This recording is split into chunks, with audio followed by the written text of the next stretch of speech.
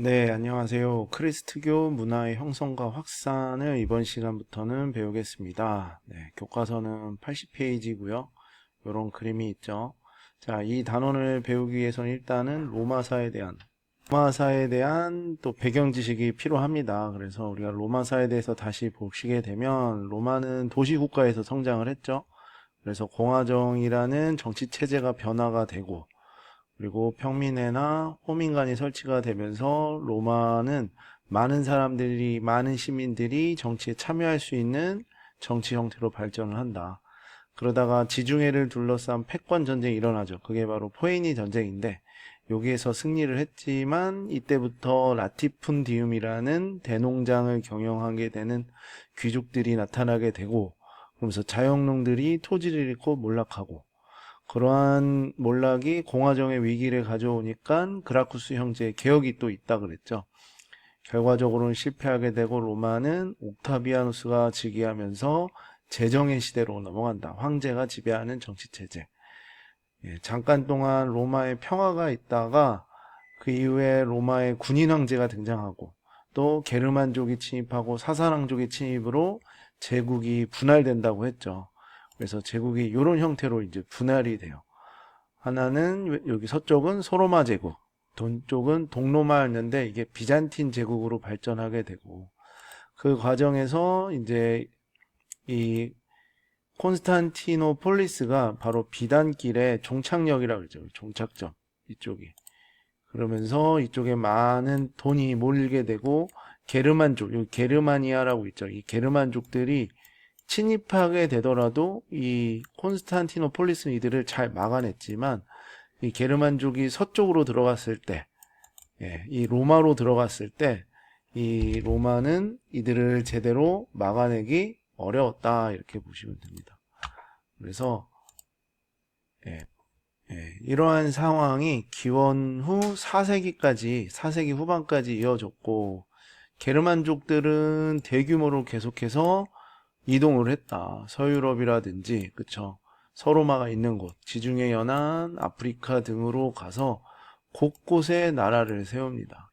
여기 지도에서와 같이 이 게르만족 안에는 여기 뭐 부르군트족, 반달족, 뭐 동고트족, 소고트족, 롬바르드족, 프랑크족 여러 이제 또 부족이 있어요. 게르만족 안에 이게 다 게르만족이라고 할 수 있는데 이들의 이동 과정을 보면 뭐 동고트족은 원래 살던 지역에서 요만큼 이동을 했고요. 서고트가 좀 많이 이동을 해요. 여기 지중해 그리스 지역으로 갔다가 다시 이탈리아 남부까지 내려갔다가 결국에는 이베리아 반도 쪽에 여기서 자리를 이제 잡는 거죠.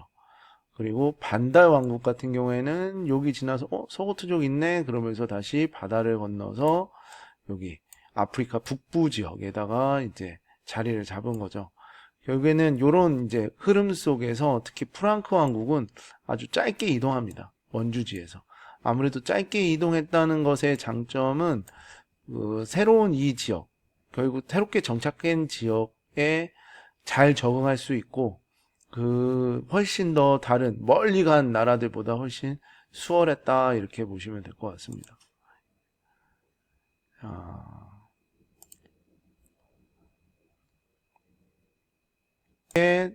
곳곳에 나라를 세우는 가운데 결국 소로마 제국은 이 게르만족의 출신 용병대장 오도 아케르라고 하는데 이런 그 사람한테 결국에는 멸망하였다. 그래서 왼쪽의 그림도 게르만 용병 대장에 의해 폐위되는 서로마 황제 결국에는 그들의 힘에 무릎을 꿇게 되는 거죠.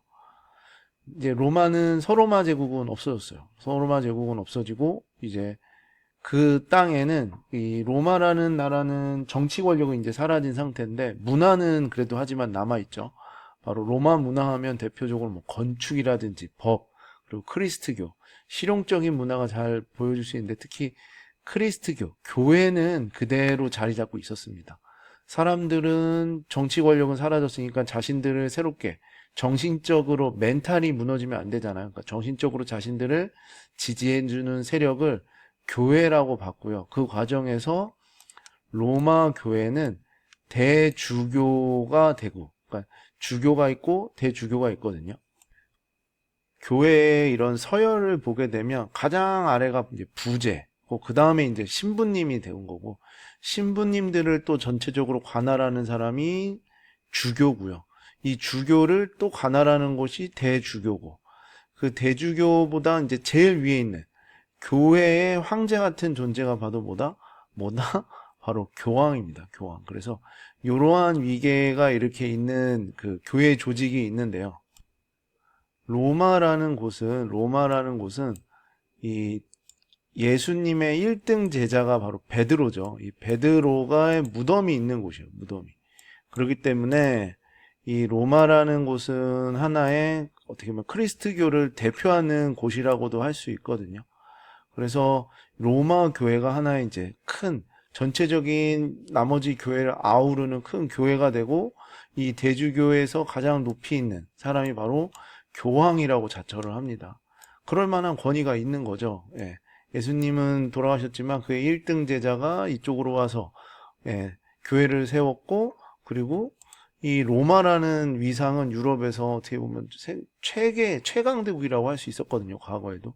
근데 로마는 사라졌지만 그곳에 있는 로마 교회는 그 정도의 여전히 정신적 지주로서의 지위는 남아 있었다.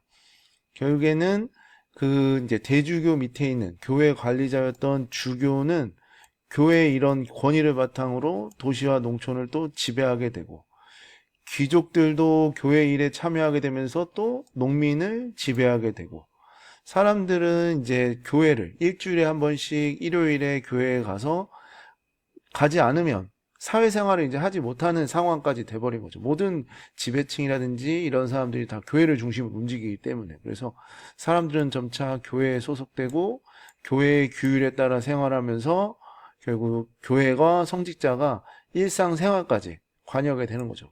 결혼할 때는 교회에서 해야 돼. 아이가 태어나도 교회 와서 세례받아야 돼. 죽을 때도 교회에서 죽어야 돼. 뭐 이런 식으로 해서 사람들의 일상생활을 깊게 관여하게 됐다. 이렇게 보시면 됩니다. 자, 이해되시나요? 예. 그리고 다음 장에 아까 말했던 이런 프랑크 왕국이 그 여러 왕국, 게르만족이 세운 여러 왕국 가운데 가장 오래 유지했던 왕국인데, 왜 이렇게 오래 유지했냐? 거기에 대한 이제 설명이 있습니다. 바로 아까도 설명했지만,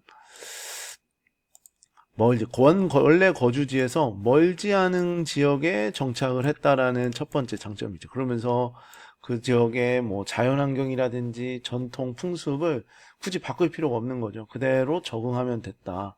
두 번째는 이들이 크리스트교로 적극적으로 개종을 해요. 수용을 한다는 거죠. 그래서 그 지역에 자신들이 이제 새롭게 지배하는 곳에는 여전히 로마인들이 있었고, 그들과 어떻게 하면 잘 융화될지를 생각해 봤는데, 같이 교회 다니면 금방 친해지죠. 그래서 이 로마인들과 융합이 잘 되면서 계속해서 발전할 수 있었다. 이렇게 보시면 됩니다. 그 과정에서 프랑크 왕국에 세 사람의 왕이 등장합니다. 첫 번째가 카를로스 마르텔인데, 8세기 무렵은 저기 서아시아 쪽에서 아라비아 반도에서 이슬람교가 이제 7세기에 만들어지죠. 그리고 무함마드가 죽은 후 정통 칼리프 시대, 그리고 이후 우마이야 왕조가 들어서서 이제 아라비아 반도 외에 북아프리카라든지 특히 여기 이베리아 반도까지 쳐들어오게 돼요. 이들이 이슬람 세력이. 이때 카를로스 마르텔이 이들을 격퇴합니다. 어떻게 보면 크리스트교 세계가 거의 무너질 뻔했어요.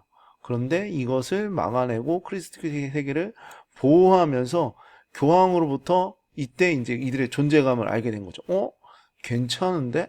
그런 과정에서 이제 그의 아들 피핀일 때는 아예 피핀은 좀 더 이제 더 드러내게끔, 즉 피핀 같은 경우에는 자기가 여기 이쪽 지역 교황령이라고 있거든요. 오늘날은 이제 교황이 있는 나라, 이게 바티칸 시국이라는 나라가 있죠. 세계에서 가장 작은 나라인데, 어떻게 보면 교황이 지배하는 땅입니다. 근데 이게 언제부터 시작됐냐? 바로 카를로스 마르텔에 이어서 왕이 된 이 피핀이 자신이 정복한 이탈리아 중부 지역을 교황에게 그냥 공짜로 넘겨줘요. 이러니까 교황은 땡큐 본조르노 하면서 이제 프랑크 왕국에 너무너무 고마워한 거죠. 교황 자체는 싸우는 사람이 아니에요. 교황은 믿는 사람이죠. 종교를 믿는 사람인데 힘이 없는데 자신을 보호해줄 이런 보호막이 프랑크 왕국이라는 나라가 만들어졌고 그 왕들은 대대로 크리스트교를 이렇게 보호해주는 모습을 보여주게 되는데 자, 카를로스 대제 때 드디어 교황이 인정을 해줍니다. 여기다가 좀 별표 3개를 쳐주세요. 카를로스 대제는 앞에 있었던 두 왕들보다 더욱더 대놓고 우리는 교회를 위해 있는 그런 왕국입니다 라고 이제 표현을 해요. 일단은 이 사람이 싸움을 잘합니다. 그래서 옛 서로마 제국의 영토의 많은 부분을 거의 다 회복해요. 다 정복을 합니다. 그 다음에 그 정복한 지역에다가 교회를 세워서 크리스트교를 전파하는 모습을 보입니다. 이건 거의 우리는 교회 없으면 안 돼요 이런 뜻입니다. 결국에는 이러한 모습에 교황은 감동을 했고 결국 카를로스 대제에게 서로마 황제로 임명하는 왕관을 씌워줍니다. 이거는 한낱 그냥 유목민족 오랑캐에 불과했던 이 프랑크 왕국을 유럽의 중심으로 인정해주게 되는 하나의 그 큰 사건이라고 보시면 됩니다. 결국 카를로스 대제 이후에 이 어떻게 보면 로마는 사라졌지만 그 로마의 전통이 카를로스 대제의 이 프랑크 왕국으로 이어졌다. 이걸로 끝나는 게 아니라 카를로스 대제는 로마 고전 무한화를 또 부활시켜요. 그러니까 이런 도서관도 만들고 그러니까 로마 고전을 연구하는 모습을 보이는 거죠. 그리고 이런 크리스트교도 장려하고 또 게르만 문화도 잘 어느 정도 또 융합을 시켜서 어떻게 보면 중세 서유럽 문화의 전체적인 기틀을 마련했다 이렇게 이야기합니다. 이 사람이 차지하고 있었던 때가 있는 곳이 거의 오늘날 유럽의 거의 서유럽의 절반 이상이었다 보시면 돼요. 그렇기 때문에 이쪽은 나중에 이제 프랑크 왕국이 분열이 되거든요. 그때 이쪽은 뭐 서프랑크, 이쪽은 동프랑크, 이쪽은 이제 중프랑크가 되는데 이곳이 나중에는 서프랑크는 프랑스가 되고 동프랑크는 독일이 되고 중프랑크는 이탈리아가 됩니다. 그래서 어떻게 보면 이 카를로스 대제는 하나의 유럽 통합에 오늘날 기여했다고도 얘기해요. 그래서 이 사람이 있는 무덤이 있는 곳이 아엔시인데 매년 이런 유럽 통합에 기여한 인물에 대해서 카를로스 대제상이라는 것을 수여하기도 한다. 자, 이제 이렇게 된 상황에서 기독교가 또 분리가 됩니다. 이렇게 서로마 황제와 교황이, 그러니까 카를로스 대제와 교황이 하나의 이제 더욱더 결탁하게 된 계기가 동로마 제국, 즉 비단틴 제국의 황제였던 오른쪽에 보면 레오 3세가 이 성자와 성모상을 숭배하는 것을 금지하는 성상 숭배 금지령을 내립니다. 그러니까 동로마 제국의 입장에서는 이 동로마 제국은 황제가 종교나 이런 정치를 다 권력을 갖고 있었는데 밑에 있었던 사제들이 이 성상 숭배에 대해서 굉장히 비판을 많이 했어요. 그래서 이 성상 아무도 신의 모습을 제대로 본 적은 없죠. 하느님의 모습을. 그러니까 그 성상을 만들고 그리고 조각하는 것은 잘못됐다라고 이들은 주장을 했고 그런 상황에서 교황은 서로마의 황제, 여기 서유럽에 있었던 교황 같은 경우에는 이게 없으면 안 되는 거죠. 성상 숭배가. 왜냐하면 계속해서 게르만족에게 이걸 포교를 해야 되고 말을 통하지 않는 나라에 이걸 전파를 해야 되는 상황에서 이 교황은 싫어 뭐 이렇게 한 거죠. 동로마 제국의 황제의 이런 칙령에 대해서 결국 교황과 카를로스가 더 가까워지는 계기가 됐고 이를 계기로 해서 이런 성상 숭배를 둘러싼 갈등을 계기로 해서 기독교 세계가 크리스토교 세계가 서유럽은 로마를 중심으로 한 카톨릭이 되고 동유럽 같은 경우에는 이 비잔틴 제국을 중심으로 한 그리스 정교, 그리스 정통 교회다 뭐 이런 뜻이거든요. 이렇게 나뉘게 됐다고 합니다. 이해되시나요? 오늘은 여기까지 설명하겠습니다. 네.